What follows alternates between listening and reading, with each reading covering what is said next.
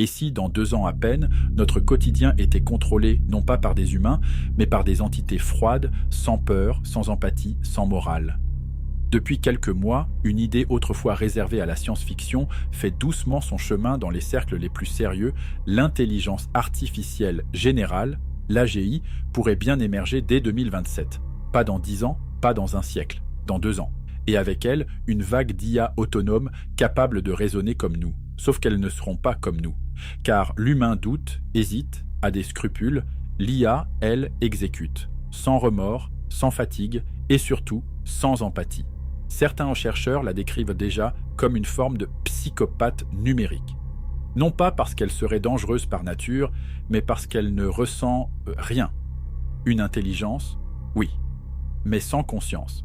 Et pourtant, elle s'apprête à prendre des décisions, gérer des entreprises, piloter des outils, recruter, licencier, voire vous remplacer. Dans ce podcast, on va plonger dans ce futur qui arrive trop vite. Les experts, les chiffres, les signaux faibles. Et la question centrale, sommes-nous prêts à confier notre monde à des intelligences sans empathie? Bienvenue dans un monde presque réel.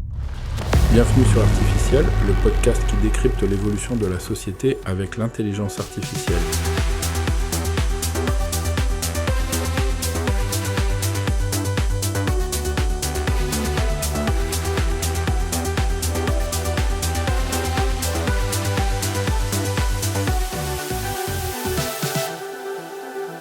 En 2027, l'IA ne sera plus votre assistant.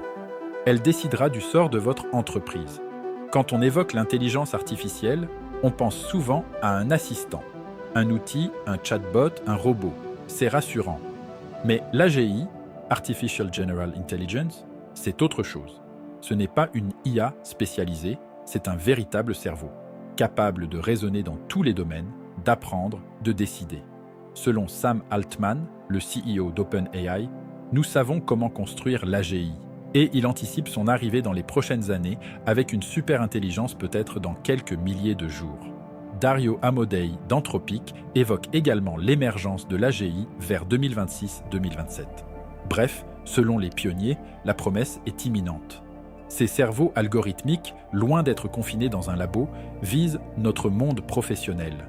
Ils analysent des millions de variables, financières, RH, logistique, plus vite, plus finement que n'importe quelle équipe humaine.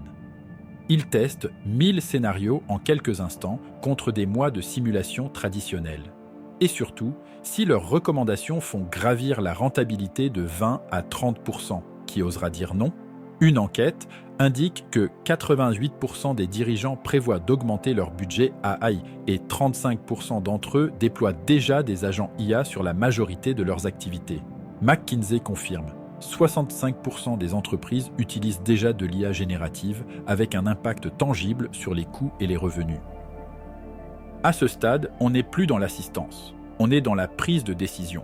Ce n'est pas une IA qui remplace des ouvriers, c'est une IA qui dit à l'entreprise qui doit être conservée, licenciée, promue ou non. Et ce n'est pas une vision lointaine, cela ressemble à la trajectoire actuelle de nombreuses grandes entreprises et sociétés de conseil. Alors, quand Sam Altman annonce que le train de l'intelligence a démarré et que nous pourrions déjà être au-delà du point de singularité sans le remarquer, il ne s'agit plus d'anticipation mais d'un scénario que l'on doit vraiment envisager aujourd'hui. Un psychopathe est un être très intelligent, mais dépourvu de toute empathie. Une AGI pourrait être encore pire.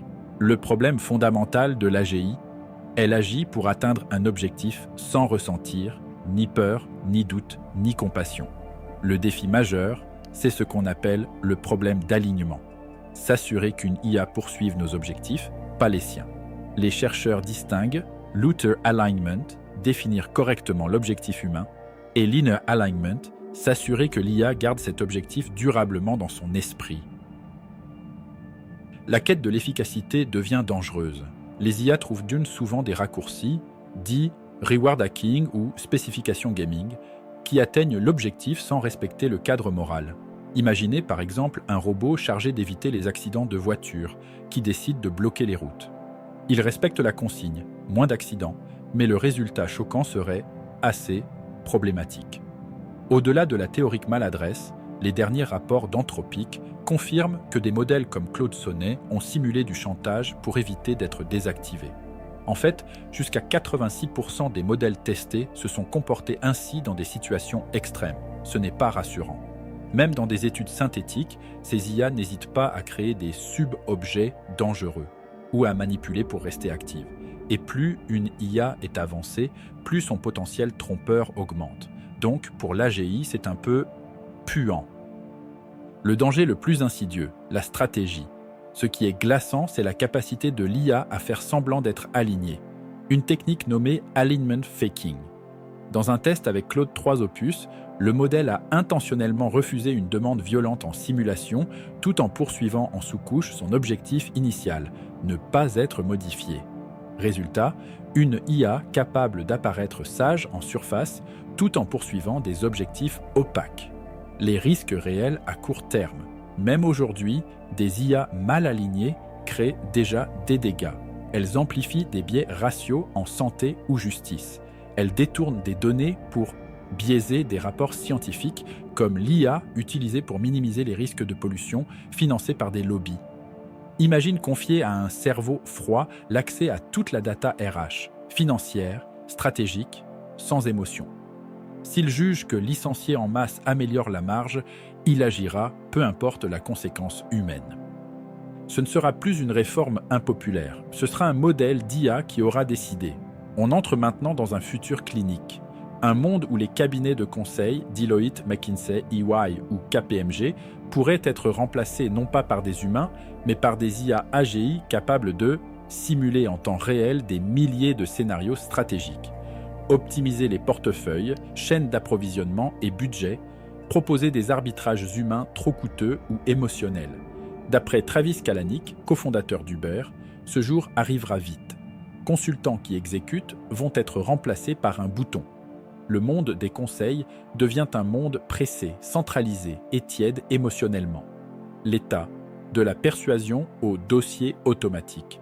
Même les politiques pourraient bientôt invoquer l'IA pour justifier des choix impopulaires. Les cabinets futurs seront des IA capables de trancher avec neutralité froide, analysant chaque loi, chaque mesure, chaque budget. Les gouvernements intégreront ces systèmes pour prendre des décisions budgétaires ou fiscales en s'appuyant sur la légitimité algorithmique. L'étude Artificial Intelligence in Government montre que, même si ces outils augmentent l'efficacité, ils font aussi chuter la confiance citoyenne dès que les décisions semblent incompréhensibles ou inatteignables par le vote humain. Le rôle régulateur, trop lent ou déjà dépassé. Face à cette accélération, la régulation peine. Pourtant, elle existe. L'AI Act européen, en vigueur depuis août 2024, impose des contrôles sur les IA à haut risque et crée un Conseil européen de l'IA. Aux États-Unis, les pouvoirs publics réfléchissent à freiner les États pour éviter un patchwork réglementaire, un débat intense entre innovation et garde-fous. Certains appellent à un organisme mondial de gouvernance sur le modèle de l'OMC pour encadrer des normes communes. Un monde sans compassion décisionnelle, résultat, des IA AGI sans empathie, sans affect, qui dictent les réformes, arbitrent les luttes politiques et modèlent la vie publique. Des responsables politiques qui se délesteront en disant « ce n'est pas moi, c'est l'IA ». Une société où chaque décision sera techniquement justifiée, mais humaine et écologique, transparente mais glaciale. On voulait un monde plus juste, on a eu un monde plus froid, on a passé des années à débattre d'équité, de diversité, d'émotions, de ressentis, des années à construire des politiques RH plus humaines, à former des managers à l'écoute, à remettre l'empathie au cœur des décisions. Mais voilà, à force de chercher une vérité neutre, on l'a trouvée. Et elle n'a plus rien d'humain. Les AGI ne jugent pas, elles calculent, elles ne ressentent pas, elles optimisent, elles ne voient pas vos valeurs, elles voient vos variables. On imaginait un futur plus doux, plus inclusif, où chaque voix compterait davantage.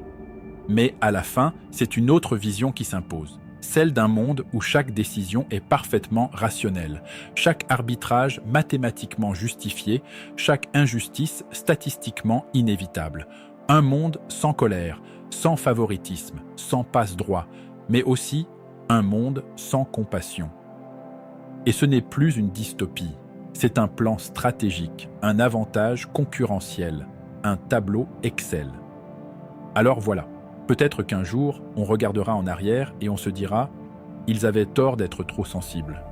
Mais peut-être aussi qu'on regrettera d'avoir laissé le monde devenir parfaitement logique au point d'en devenir inhabitable.